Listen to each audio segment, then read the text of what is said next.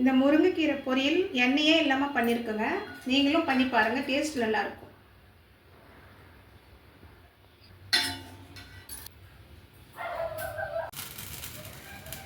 2 table spoon தண்ணியை சேர்த்துக்கலாங்க.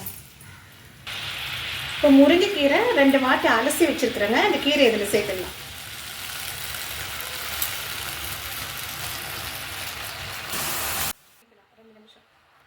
ஒரு 2 நிமிஷம் இந்த முருங்கைக்கீரையை வதக்கிக்கலாங்க, மீடியம் ஃப்ளேமில்.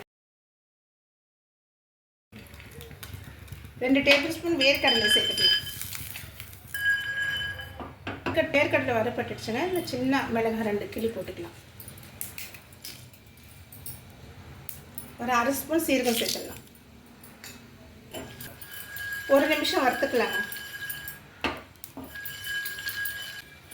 வறுபட்டுடுச்சுங்க. மிக்ஸி ஜாருக்கு மாற்றிட்டு ஆற வச்சுட்டு பொடி பண்ணிக்கலாம். இப்போ பூண்டு 4 பல்லு சேர்த்து அரைச்சிக்கலாம். கீரை வதங்கிடுச்சு, தண்ணியும் வத்திடுச்சுங்க. கொஞ்சமாக சால்ட்டு சேர்த்துக்கலாங்க.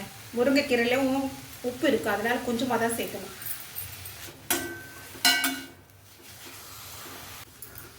இப்போ அரைச்சி வச்சிருக்கிற பொடியை சேர்த்துக்கலாம்.